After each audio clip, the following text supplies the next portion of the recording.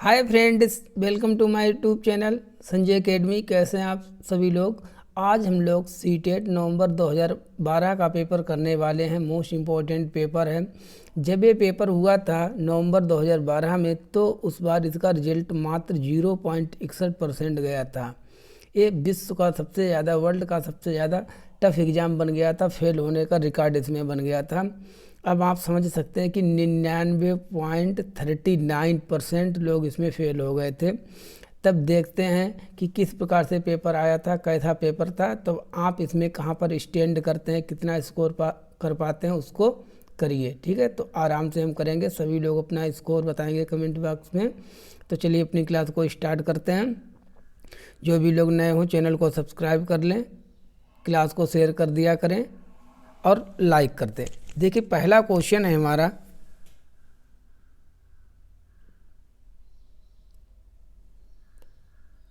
सीखने संबंधी नियोग्यताएं, जिसको हम कहते हैं learning disabilities are generally found.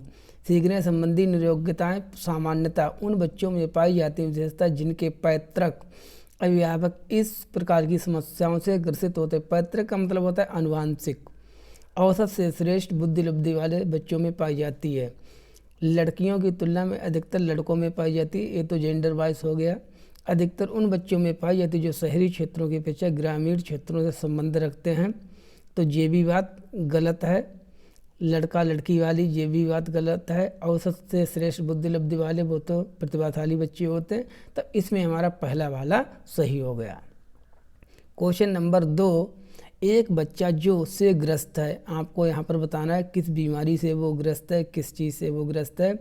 वह सा और बाज, न्यूक्लियर अनक्लियर में अंतर नहीं कर पाता है। तो इसको हमने बहुत पढ़ाया था। इसको क्या कहते हैं? डिस्मोर्फिया, डिसलेक्सिया, शब्द जबलिंग विकार और डिसलेक्सिया, डिसलेक्सीमिया। डिसलेक्सिया नहीं है एक्चुअली ये। तो इसका आंसर क्या हो जाएगा? डिसलेक्सिया, पढ़ने संबंधी विकार, जिसमें ए होता है 12 को वो 21 लिख डालता है, उल्टा करता है, कुछ पढ़ता है कुछ लिखता है। तो दूसरे का हमारा दूसरा वाला आंसर सही है।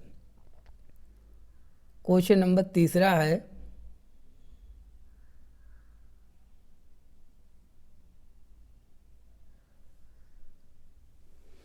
चिंतन के सूचना प्रक्रमण सिद्धांत में निम्नलिखित चरण आते हैं। चिंतन की प्रक्रिया में कौन कौन से चरण आते हैं? तो प्रतिक्रिया, क्रियान्वयन, प्रतिक्रिया चयन, पूर्व प्रक्रमण, श्रेणीकरण। फिर इनको हमको क्रम से लगाना था, तो इसको इंग्लिश में पढ़ लेते हैं। In the information process model of thinking the following steps are set to take place: response execution, response selection, pre processing, categorisation. तो इसमें क्या हो जाएगा? सबसे पहले क्या आएगा, उसके बाद क्या आएगा, उसके बाद में क्या आएगा? तो देखिए सबसे पहले होता है हमारा प्रक्रिया को पहचानना। कोई भी समस्या कुछ भी है उसको हमको सिलेक्शन करना। तो अब इसमें हमारा जो बी वाला है वो पहले हो जाएगा, खा वाला मतलब पहले हो जाएगा। रिस्पॉन्स सिलेक्शन कर लिया, फिर हम उसको क्या करेंगे? कैटेगराइजेशन करेंगे कि ये किस कैटेगरी से संबंधित है, किस प्रकार की समस्या है। फिर हम उसकी प्री प्रोसेसिंग करेंगे, जिसको हम कहते हैं पूर्व प्रक्रमण। और लास्ट में हम इसका रिस्पॉन्स का एग्जीक्यूशन कर देंगे। तो इसलिए इसमें जो हमारा आंसर है वो तीसरा वाला बिल्कुल सही है। खा गा का, तीसरे का तीसरा। अब अगला क्वेश्चन है हमारा चौथा, प्रतिभाशाली विद्यार्थी गिफ्टेड स्टूडेंट्स आर अपने निर्णयों में आत्मनिर्भर होते हैं, शिक्षकों से स्वतंत्र होते हैं, स्वभाव में अंतर्मुखी होते हैं, अपनी कुशलताओं को दृढ़तापूर्वक नहीं कर पाते हैं। तो ये सभी स्टेटमेंट गलत है। पहला वाला सही है। जो गिफ्टेड स्टूडेंट होते हैं जनरली वो इंडिपेंडेंट इन देयर जजमेंट, वो अपने जजमेंट में कैसे होते हैं? वो आत्मनिर्भर होते हैं। इसलिए हमारा 4 का पहला सही है।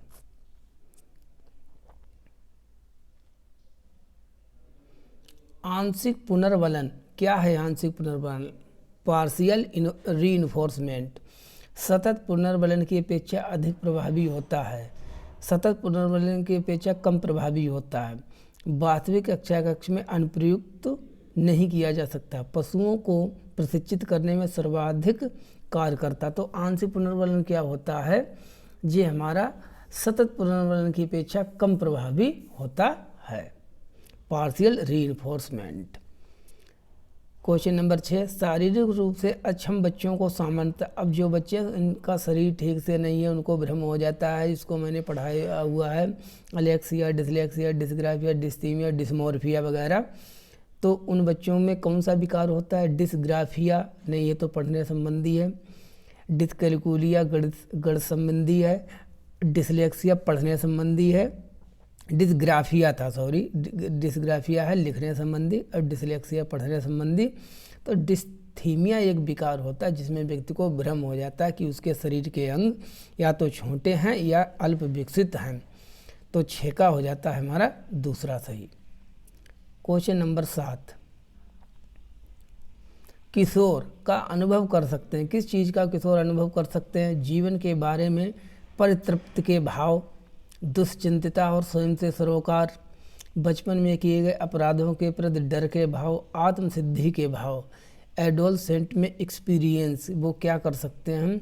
तो जो एडोलसेंस होते हैं वो जो किशोरावस्था की एज होती है, जिसको कि 9 वर्ष से 10 वर्ष से 19 वर्ष की अवस्था किसने बताया है? वर्ल्ड हेल्थ ऑर्गेनाइजेशन WHO ने इसकी एज जो है वो 10 वर्ष से 19 वर्ष निर्धारित की हुई है।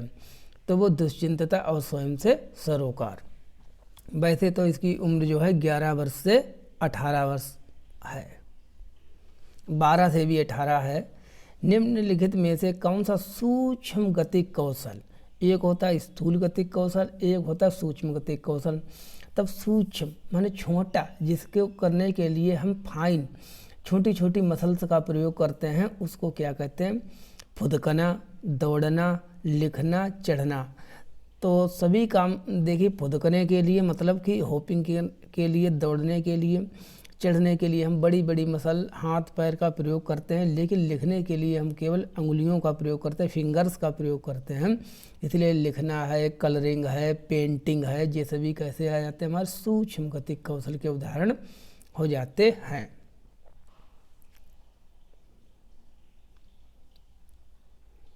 क्वेश्चन नंबर 9, वाइगोत्स्की के सिद्धांत का निहितार्थ है सहयोगात्मक समस्या समाधान।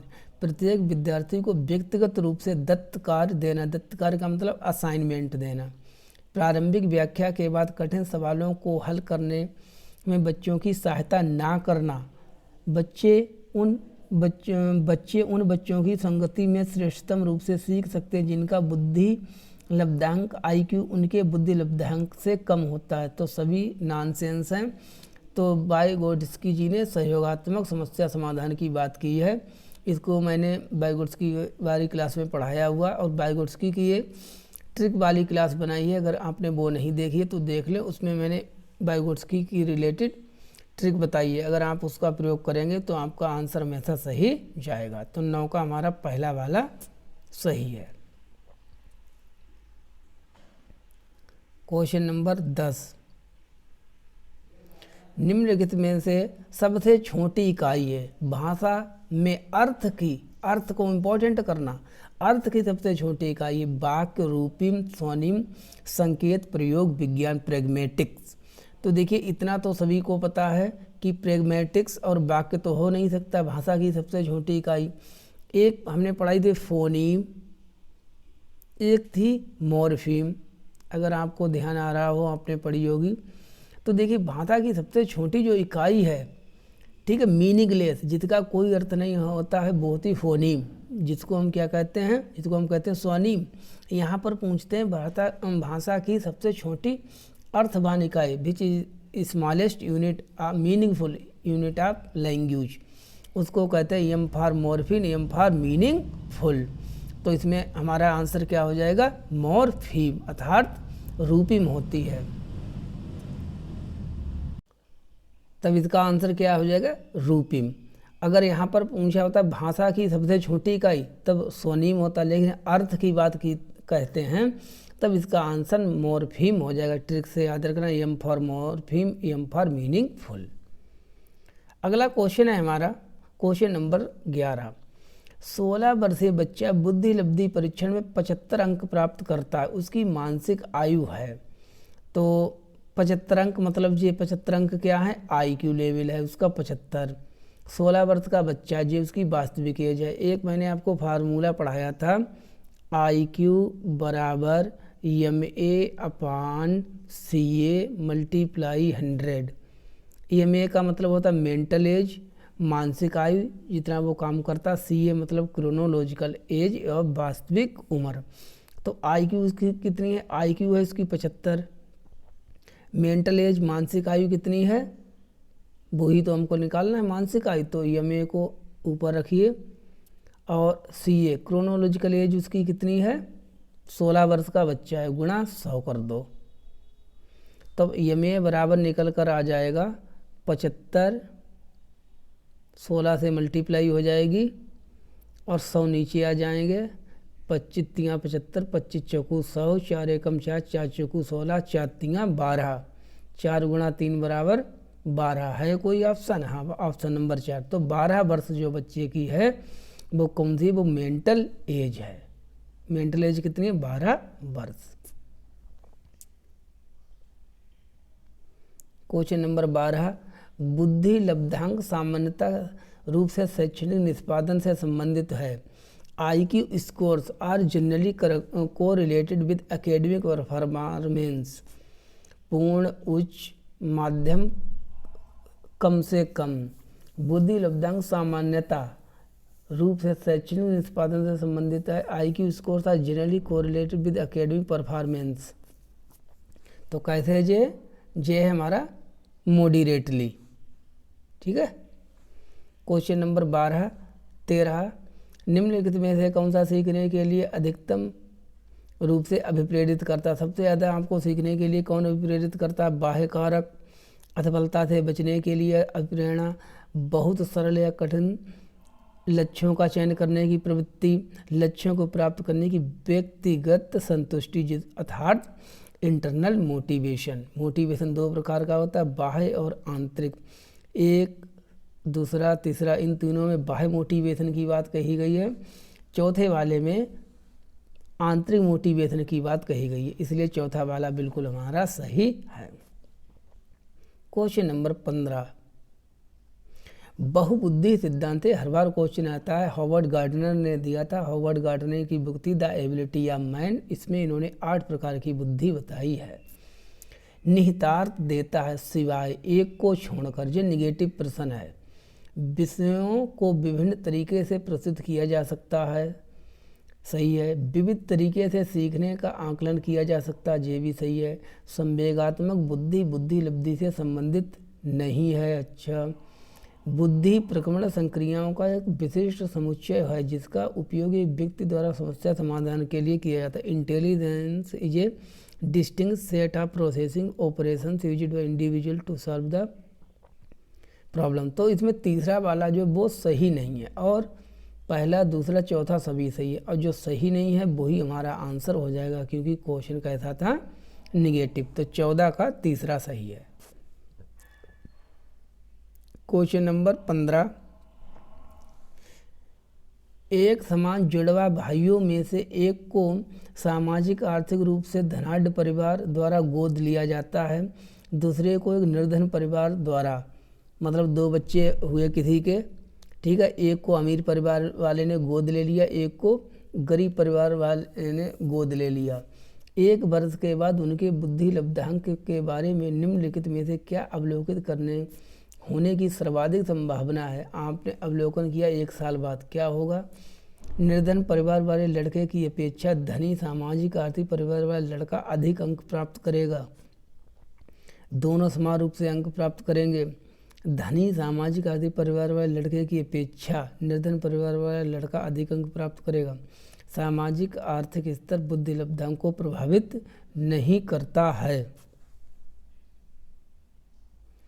तो इसमें हमारा जो आंसर हो जाएगा, नेचर और नर्चर दोनों समान रूप से निर्धन परिवार वाले लड़के की अपेक्षा धार्मिक परिवार वाला सामाजिक आर्थिक परिवार वाला लड़का अधिक अंक प्राप्त करेगा। तो इसमें हमारा 15 का 4 हो जाएगा। सामाजिक आर्थिक स्तर बुद्धि लब्धांक को प्रभावित नहीं करता, IQ लेवल को प्रभावित नहीं करता।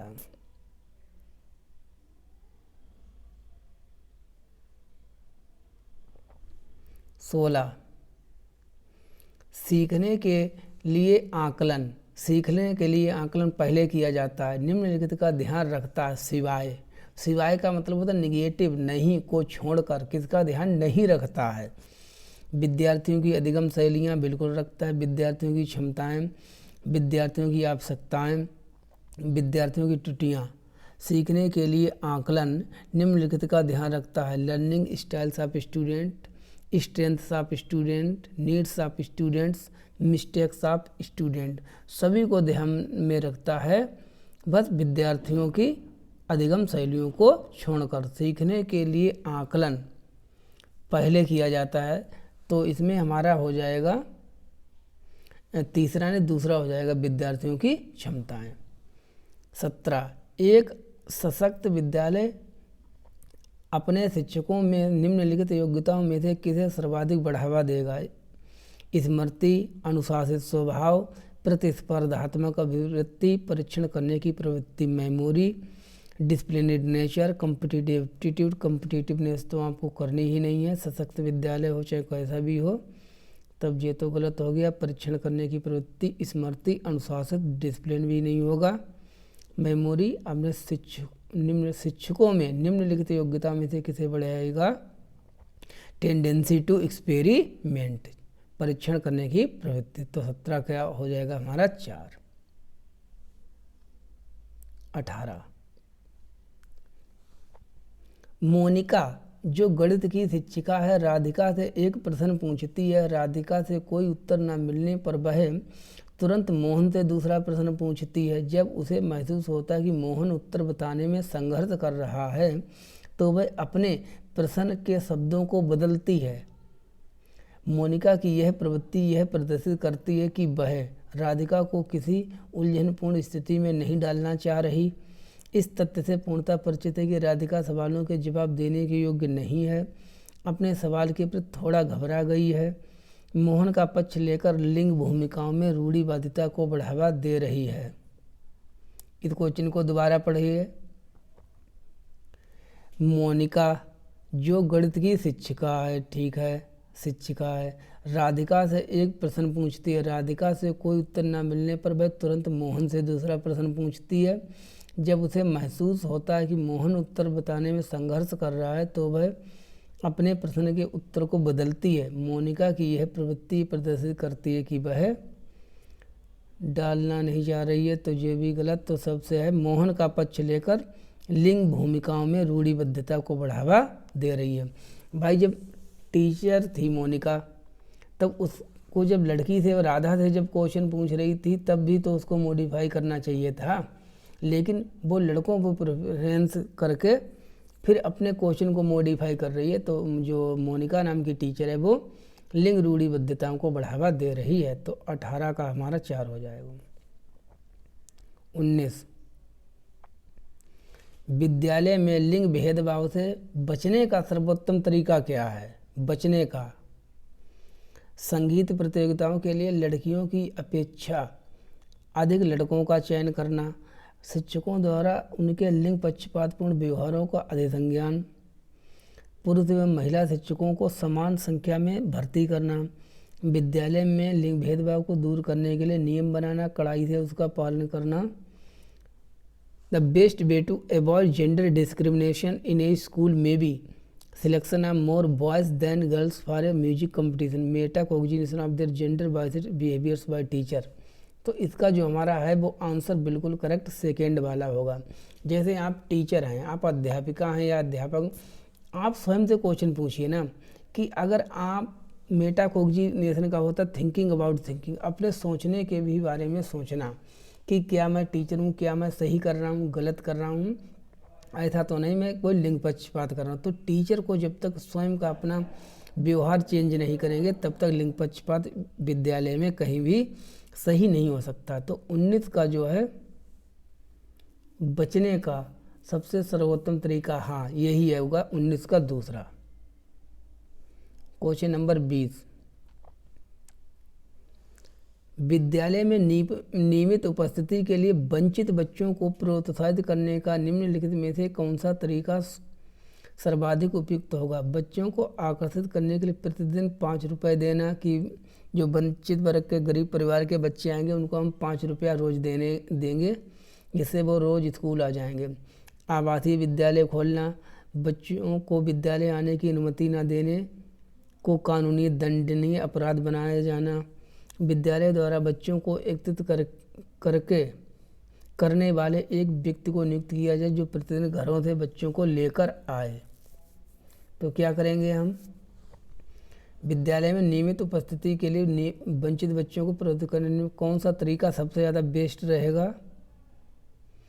तो आवासीय विद्यालय खोलना, 5 रुपये प्रतिदिन ये तो नहीं करेंगे, इससे बच्चों में बाह्य मोटिवेशन आ जाएगा। बच्चों को विद्यालय आने की अनुमति न देने के लिए कानूनी दंडनीय अपराध बनाए जाएं। आवासीय विद्यालय खोलना, a child collector employed by school must bring children from homes every day. तो इसका हो जाएगा 20 का 4। 21, सफल समावेशन को निम्नलिखित की आवश्यकता होती है सिवाय एक को छोड़कर। समावेशन के लिए क्षमता संवर्धन, संवेदनशील बनाना, पृथक्करण, अभिभावकों की भागीदारी। क्या हो जाएगा, एक को छोड़कर। Capacity building, sensitization, segregation. Segregation का मतलब होता है अलग अलग करना, तो इसको हम नहीं अप्लाई करेंगे, ठीक है, समावेशन के लिए। तो 21 का हमारा तीसरा हो जाएगा। 22, सह शैक्षणिक क्षेत्रों में निष्पादन के आधार पर शैक्षणिक क्षेत्रों में निष्पादन के स्तर को बढ़ाने का औचित्य स्थापन किस आधार पर किया जा सकता है? इंग्लिश में पढ़ लिया करें। The upscaling of performance in the scholastic areas on the basis of performance in co scholastic areas can be justified as. यह सार्वभौमिक धारणा रिटेंशन को सुनिश्चित करता है। यह हाथ से किए जाने वाले श्रम के प्रति सम्मान विकसित करता है। यह व्यक्ति भिन्नताओं को संतुष्ट करता है। यह हाशियाकृत विद्यार्थियों के लिए प्रतिपूरक भेदभाव की नीति का अनुगमन करता है। सह शैक्षणिक क्षेत्रों में निष्पादन के आधार पर शैक्षणिक क्षेत्रों में निष्पादन के स्तर को बढ़ाने का औचित्य स्थापन किस आधार पर किया जा सकता है? Perform in the scholastic area in the base performance co scholastic can be justified as, क्योंकि यह व्यक्ति भिन्नताओं को संतुष्ट करता है। तो 22 का तीसरा हो जाएगा। पेपर एक अच्छे लेवल का आया था, इसीलिए इसका रिजल्ट इतना कम गया था। विद्यार्थियों के पोर्टफोलियो के लिए सामग्री का चयन करते समय, ठीक है, while selecting material for portfolio of students should be there, क्या होना चाहिए? विद्यार्थियों बहिष्करण, अन्य शिक्षकों समावेशन, विद्यार्थियों समावेशन, अभिभावकों समावेशन। तो विद्यार्थियों के पोर्टफोलियो के लिए सामग्री का चयन करते समय हमको विद्यार्थियों का समावेशन जरूर होना चाहिए। ये जो है तीसरा वाला 23 का तीसरा बिल्कुल सही बैठ रहा है, यही होगा। 24, निम्नलिखित में से अंतः विषयी अनुदेशन का सर्वोत्कृष्ट लाभ यह है कि, अंतः विषयी मतलब एक विषय को दूसरे विषय से जोड़कर पढ़ाना। लाभ क्या है? विद्यार्थियों में विभिन्न विषय क्षेत्रों के विशेष प्रकरणों के प्रति नापसंदगी विकसित होने की कम संभावना है। पाठ्य योजना बनाने गतिविधियों में शिक्षकों को अधिक लचीलेपन की अनुमति होती है। विद्यार्थियों को सीखे गए ज्ञान का बहु संदर्भों में अनुप्रयोग करने और सामान्यीकृत करने के अवसर दिए जाते हैं। प्रकरणों की विविधता जिन्हें परंपरागत पाठचर्या में संबोधित किए जाने की आवश्यकता से शिक्षकों के अभिभूत होने की संभावना होती है। तो क्या है, अगर हम एक विषय को दूसरे विषय से जोड़कर पढ़ाएंगे तो बच्चे एक विषय को ज्ञान दूसरे विषय में आराम से अप्लाई करके चीज़ों का सामान्यीकरण कर सकते हैं। तो 24 का तीसरा हो जाएगा। 25, शिक्षक के अलावा मतलब निगेटिव प्रश्न है। निम्नलिखित सभी को करते हुए समस्या समाधान को विद्यार्थियों के लिए मज़ेदार बना सकता है, एक को छोड़कर। मुक्त खेल के लिए समय देने, सही है। सृजनात्मक चिंतन के लिए असीमित अवसर उपलब्ध कराना, सही। जब विद्यार्थी स्वयं से कोई कार्य करने की कोशिश करें तो उनमें परिपूर्णता की अपेक्षा करना है, बिल्कुल नहीं। अगर आप अपने आप से कोई भी काम कर रहे हैं तो हम आपसे अगर ये अपेक्षा रखें कि आप बिल्कुल 100% सही ही करें तो ये भी गलत है। अरे कम से कम आप अपने आप से कोई चीज़ कर तो रहें, ठीक है। 100 में से आप 50 कर रहे हैं, 60 कर रहे हैं, कुछ तो कर रहे हैं, अपने आप से कर तो रहें। अगर हम कहें बिल्कुल 100 आउट ऑफ 100 तो वो चीज़ गलत है। तो के अलावा, किस चीज़ के अलावा, तो 25 का तीसरा हमारा बिल्कुल सही हो जाएगा।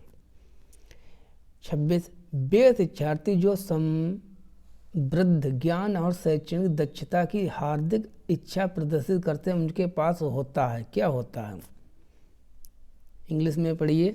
Learners who demonstrate an earnest desire for increased knowledge and academic competency are said to have a नैपुणता अभिविन्यास, निष्पादन उपागम अभिविन्यास, निष्पादन परिहार अभिविन्यास, कार्य परिहार अभिविन्यास। तो ये क्या होता है? इसको मैंने बहुत बार आपको पढ़ाया 3 इडियट मूवी का एग्जाम्पल लेकर कि आप अपनी स्किल पर ध्यान दीजिए, ठीक है। सफलता झक मार के आपके पास आएगी, जैसा कि आमिर खान था, ठीक है, 3 इडियट मूवी में। तो मास्टरी ओरिएंटेशन अप्रोच, स्किल को बढ़ाइए अपनी, नंबर भी आएंगे, सब कुछ आएगा। तो 26 का पहला हो जाएगा। 27, प्राथमिक कक्षा में सकारात्मक वातावरण निर्मित करने के लिए एक शिक्षक को क्या करना चाहिए? सुबह प्रत्येक बच्चे का अभिवादन करना चाहिए, विभेद नहीं करना चाहिए और प्रत्येक बच्चे के लिए समान लक्ष्य सुनिश्चित करने चाहिए।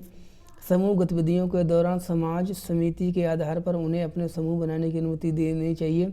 सकारात्मक अंत वाली कहानियाँ सुनानी चाहिए। सकारात्मक वातावरण आप कैसे बना सकते हैं? तो इसमें तो क्लियर दिख रहा है। सेकेंड, विभेद नहीं करना चाहिए, प्रत्येक बच्चे के लिए समान लक्ष्य सुनिश्चित करने चाहिए।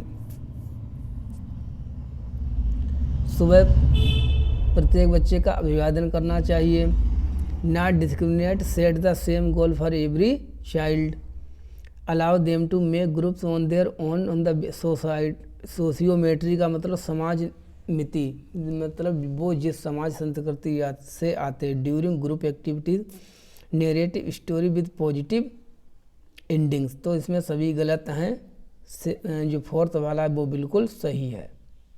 27 का 4, क्वेश्चन को 1 से 2 बार कम से कम पढ़ लिया करें, 2 बार। नर्सरी कक्षा में शुरुआत करने के लिए कौन सी विषय वस्तु थीम सबसे अच्छी है? बिल्कुल छोटे बच्चे हैं नर्सरी के। मेरा पड़ोस, मेरा विद्यालय, मेरा परिवार, मेरा प्रिय मित्र। तब जब छोटा होता है, बिल्कुल छोटे छोटे बच्चे होते हैं नर्सरी में, सबसे पहले हमको उनके परिवार के बारे में बात करो कि मम्मी पापा चाचा ताऊ वो सभी को जानते, तो मेरा परिवार थीम जो है बेस्ट रहेगी। क्वेश्चन नंबर 29, बच्चों द्वारा की जाने वाली त्रुटियों के संबंध में निम्नलिखित में से कौन सा कथन सही है? बच्चों द्वारा की जाने गलतियों के संबंध में कौन सा सही है? बच्चों द्वारा त्रुटियों को स्वयं बच्चों द्वारा त्रुटियों को सुधारा जा सकता है, इसलिए शिक्षकों को उन्हें तुरंत नहीं सुधारना चाहिए। यदि एक शिक्षक कक्षा में सभी बच्चों की त्रुटियों को सुधारने योग्य नहीं है तो यह संकेत करता है कि शिक्षा की व्यवस्था असफल है। एक शिक्षक को प्रत्येक त्रुटि पर ध्यान नहीं देना चाहिए, अन्यथा पाठ्यक्रम पूरा नहीं होगा। प्रत्येक त्रुटि को सुधारने में बहुत अधिक समय लगेगा तथा एक शिक्षक के लिए थकाने वाला होगा। तो क्या होगा इसमें? देखिए, शिक्षक को प्रत्येक त्रुटि पर ध्यान नहीं देना चाहिए, अन्यथा पाठ्यक्रम पूरा नहीं होगा, ये तो गलत हो गया। यदि एक शिक्षक कक्षा में सभी बच्चों की त्रुटियों को सुधारने योग्य नहीं है, यह संकेत करता है कि शिक्षा की व्यवस्था असफल है, तो ये सही है। क्योंकि अगर त्रुटियां ही हमें बताते हैं कि बच्चों की गलतियां हैं, ये हमें बताते हैं कि बच्चे किस प्रकार से सीखते हैं। क्वेश्चन नंबर 30, निम्नलिखित में से कौन सी विशेषता समस्या समाधान उपागम का विशेष चिन्ह है? समस्या कथन में संकेत अंतर्निहित रूप से दिया होता है। समस्या मौलिक होती है। सही उत्तर प्राप्त करने का सामान्यतः एक उपागम होता है। समस्या केवल एक सिद्धांत प्रक्रमण पर आधारित होती है। Which of the following characteristics is the hallmark of the problem solving approach? There is an implicit hint given in the problem statement. The problem is original. There is usually one approach for getting the right answer. The problem is based on only one principal topic. तो चौथा और तीसरा ये तो बिल्कुल गलत हो गए। समस्या मौलिक होती। निम्नलिखित में से कौन सी विशेषता समस्या समाधान उपागम का विशेष चिन्ह है? समस्या कथन में संकेत अंतर्निहित रूप में दिया होता है। तो 30 का हमारा पहला हो जाएगा। तो सभी लोग कमेंट करके बताएं आप इस क्लास में कितना इसका स्कोर कर पाए हैं। बहुत पेपर ठीक है, इजी तो नहीं कहेंगे, मॉडरेट टू टफ ही था, इसीलिए इसका इतना कम रिजल्ट गया था। आप लोगों का कितना स्कोर कर पाते हैं ज़रूर बताएं। कैसी लगी class? Thank you so much. ठीक है, सभी लोग क्लास को शेयर कर दें, चैनल को सब्सक्राइब कर लें। Thank you.